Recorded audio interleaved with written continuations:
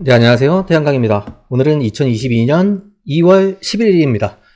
시간이 참 빨리도 갑니다. 벌써 2022년이고, 태양광 RPS 사업이 제대로 시작된 게 2012년입니다. 2010년부터 12년까지는 RPA 시범 사업이라고 진행을 했었고요. 지금처럼 REC를 판매하는 RPS 사업은 2012년에 진행이 됐습니다. 그러면 지금 2022년이고, 참 많은 것들이 바뀌어왔죠. S&P가 REC가 의미가 없을 정도로 S&P가 올라져 있는 시장이고, REC 현물 금액들도 워낙에 지금 높고 S&P도 높은 금액이다 보니 오늘은 약간 조심스러워해야 될 부분들, 제가 가지고 있는 다른 시각들, 좋은 시각들, 일률적인 시각들은 되게 많지 않습니까? 제가 사업자분들께 이야기 드리고 싶은 건 지금 상황에서 이 정도 이야기들도 한번 해봐야 한다. 조심스럽게 우리가 잊혀지고 가는 것들은 어떤 게 있느냐라는 것들을 한번 좀 이야기를 해보려고 합니다.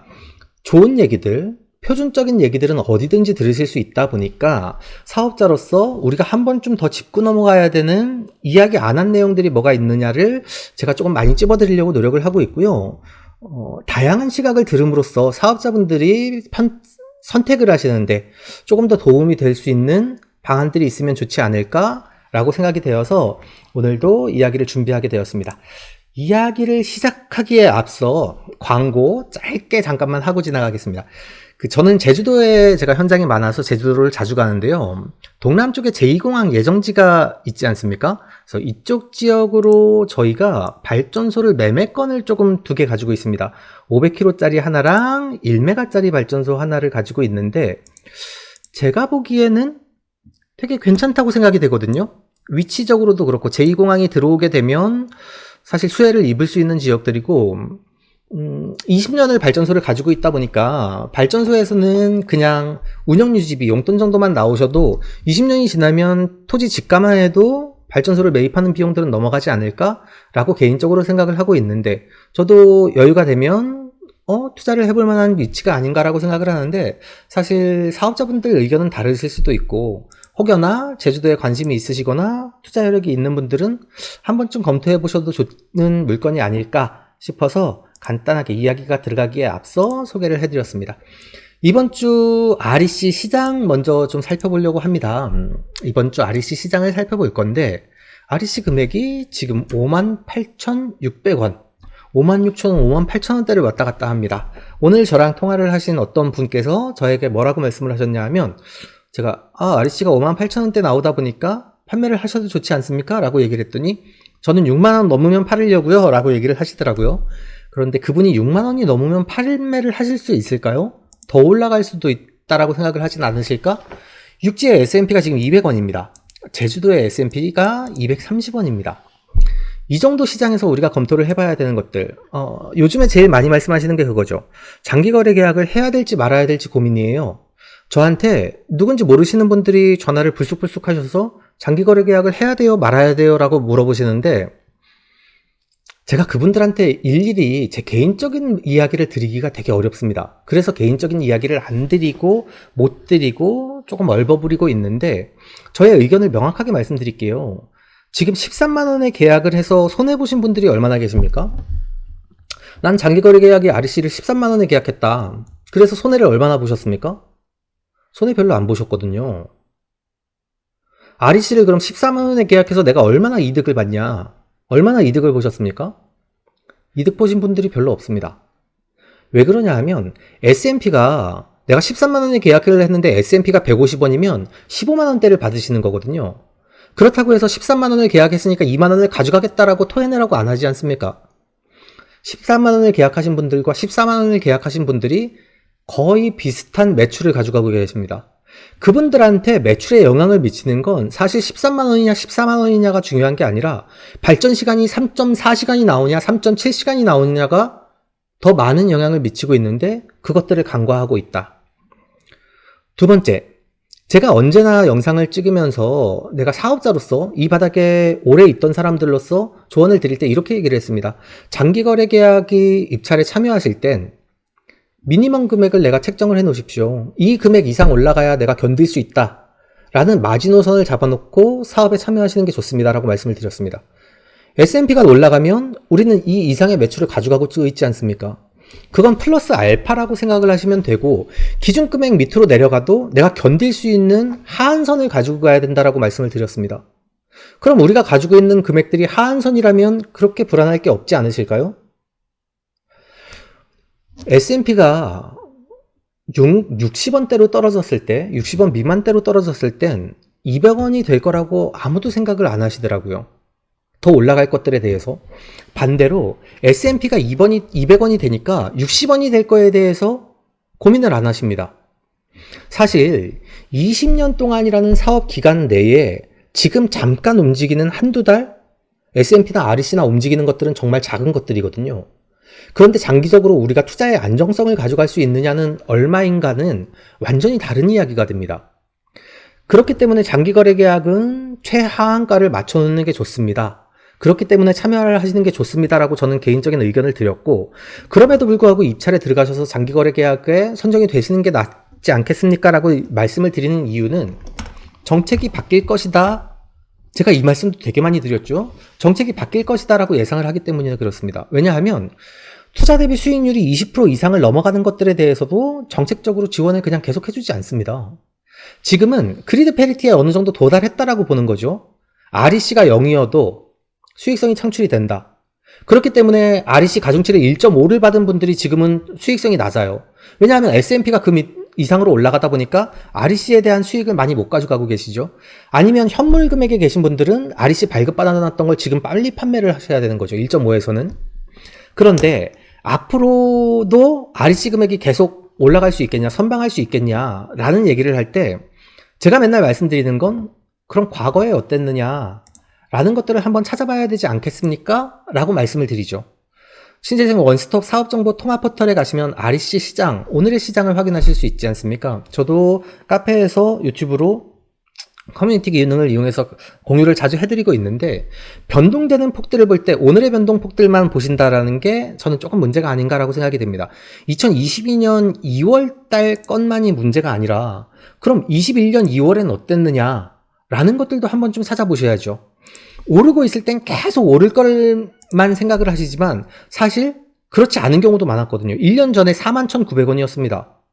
그런데 지금 58,000원이 됐다고 앞으로 6만원, 7만원이 갈 것이냐 라는 것들은 다른 얘기겠죠.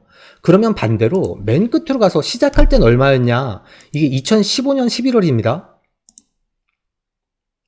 2015년 11월 기준으로 평균, 이건 통합가격이다 보니까 REC 금액만 또 놓고 봤을 때 요 정도를 보면 되겠네요. 이게 2017년? 네, 이게 2017년 2월 1일 차입니다. 2017년, 지금부터 딱 5년 전이죠. 그때 육지의 REC 평균 가격이 159,345원이었습니다. 올랐을 때는 내려갈 때를 생각 못하고 내려갔을 땐 많이 오를 것이다 라고 생각을 못 하시는 경향들이 있어서 제가 항상 S&P가 변동폭이 어떻게 됐습니까? 라고 얘기를 드린 적도 있고, REC도 그간의 변동폭을 한번 찾아보십시오 라는 말씀들을 되게 많이 드렸습니다. 이게 2022년 1월의 REC 금액입니다. 46,211원 평균가 기준이고요. 2월 달엔 지금 58,000원대가 나왔겠죠. 그런데 이번 달 평균이 나오려면 또 시간이 있어야 되니까 월변 평균값들을 쭉 나열을 한 겁니다. 그래서 2020년 1월에는 43,000원, 2019년 1월에는 72,000원. 72,000원이 왔는데 이 금액들이 어떻게, 그럼 우리가 추세가 어떻게 되는지를 한번 봐야 되는 거죠. 19년에 72,000원 됐을 땐 사실 4만원대로 떨어지는 것들을 예상 못했지 않습니까? 근데 1, 2년 사이에 갑자기 4만원대, 2만원대까지 떨어졌었죠. 최저가 기준으로. 그러다 보니 악소리가 나는 시장이 있었어요. 그런데 지금 또 5만원이 된다고 6만원을 바라보고 있고 다시 1, 2만원이 됐을 때는 어떻게 대처하실까에 대한 계획이 없다라는 거죠. 반대로 2018년 1월에는 10만원이었습니다.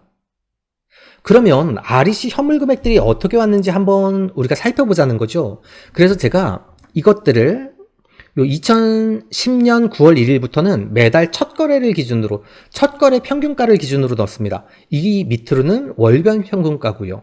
이 자료들을 싹 긁어와서 그걸 그래프로 한번 만들어 봤습니다. 어떻게 변동이 됐는지 한번 좀 쉽게 보실 수 있게 그래프로 만들어 봤더니 2017년부터 2022년 1월까지 REC의 금액들이 이렇게 평균가가 넘어왔던 겁니다. 제가 추세선을 넣어 놓은 건데요. REC 금액에 대해서. REC 금액들이 2017년 1월부터 이렇게 변동이 되어 왔다. 이것들에 대해서 그럼 추세가 어떻게 가고 있느냐를 한번 계산을 해봤더니 월 평균 간격의 추세는 이렇게 내려오고 있는 추세더라. 라는 것들을 보여드리려고 했던 겁니다. 그러면 추세선을 보면 추세선 위로 간 금액들이 있죠. 위로 갔다가 갑자기 밑으로 확 떨어진 경우들도 있지 않습니까? 높아졌다가 떨어지고 높아졌다가 떨어지고 높아졌다가 한 번씩 떨어집니다. 그런데 지금은 추세선과 다르게 많이 올라갔어요. 이때도 마찬가지죠. 많이 올라가면 한 번씩 떨어지는 경우들이 있습니다. 많이 올라가면 한 번씩 떨어지고, 결과적으로 REC는 정책의 목적이 REC는 영원을 향해 달려가는 게 맞다라고 생각을 하고 있다 보니 지금의 58,000원, 59,000원, 53,000원대가 거래가 되고 있다면 적정한 수준에서 정리를 하시는 게 맞다. 이게 사업자들의 돈을 벌어주기 위해서 REC 현물 금액을 계속 꾸준히 올리는 것이냐? 저는 그렇지 않을 거라고 보는 거거든요. 그리고 S&P 금액이 너무 높다 보면 분명히 정책의 변환이 있을 것이다. 그럼 우리는 적정 수준의 미니멈 값을 가져갈 수 있는 사업적인 안전장치를 할 필요도 있지 않냐라고 생각하는 게 저의 의견인 겁니다. REC 금액이 2017년부터 2022년까지 떨어졌는데 여기서부터 계속 무한히 올라갈 수 있을까요?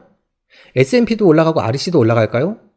시공비용은 크게 변동이 없는데 시공비용이 오를 거다라고 얘기를 하시는 분들도 있지만 물가 상승률 대비 가격들이 그래질 수는 있겠지만 사실 모듈도 2년 전에 저희가 받는 게 300원이었는데 탄소인증제 들어오면서 지금 가격들이 올라간 거지 않습니까? 그런 것들이 언제까지 꾸준하게 올라갈 수 있을까?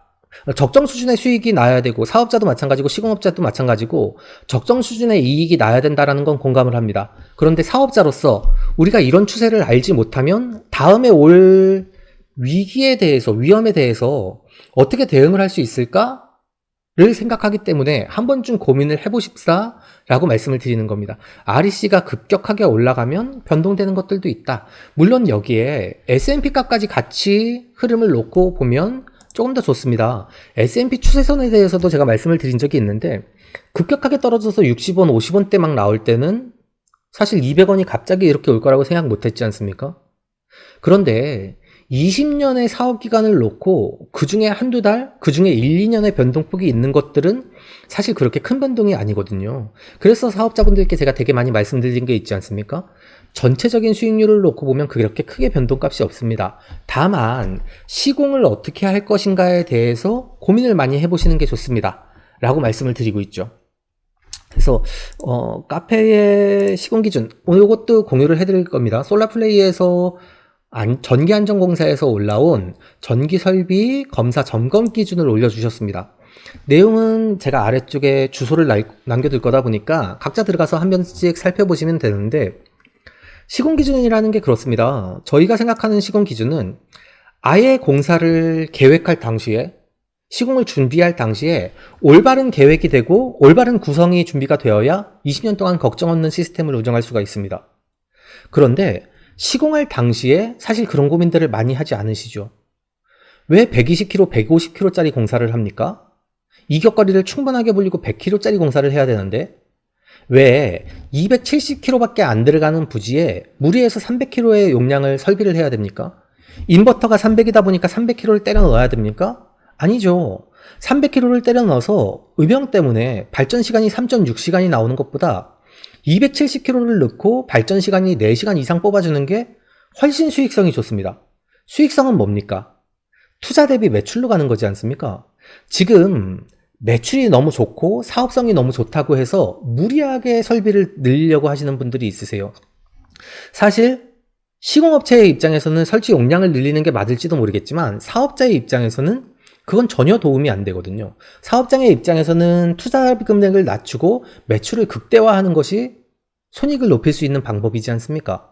그러다 보니 시공기준과 점검기준을 조금 사업자라면 한 번쯤 꼼꼼하게 읽어보고 내 발전소에 공사가 되는데 내가 혹시 알아야 되는 것들은 어떤 게 있는가에 대해서 한 번은 고민을 해보셔야죠. 제가 유튜브 영상을 찍어드리는 것도 되게 많은 이야기들을 합니다.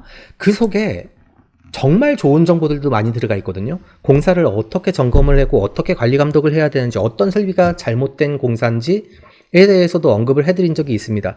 그런데 사업자분들이 저희한테 전화를 하실 때 답답하니까 전화를 하시겠죠. 그 모든 걸 다 알기가 어렵다라고 생각을 하시겠죠. 그런데 안 알아보고 전화를 하십니다.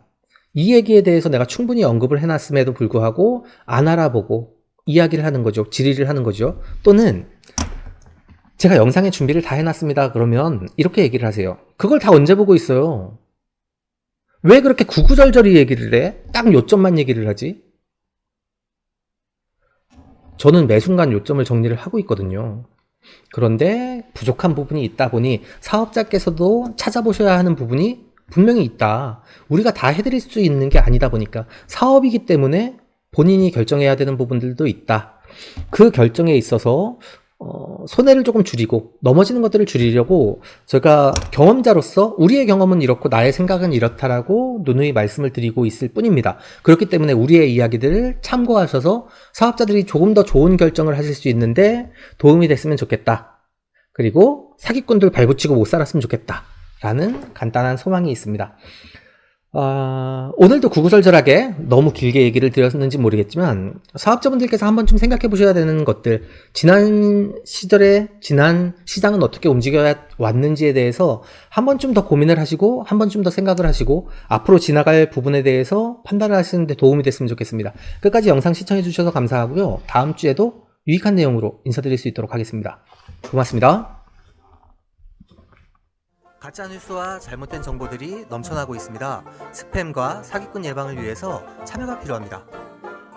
첫 번째, 3개의 점을 눌러주세요. 두 번째, 신고를 클릭해주세요. 세 번째, 스팸 또는 오해 소지가 있는 컨텐츠를 선택하세요. 네 번째, 대량 광고 또는 사용자를 현혹하는 컨텐츠를 클릭하세요. 다섯 번째, 싫어요를 눌러주세요.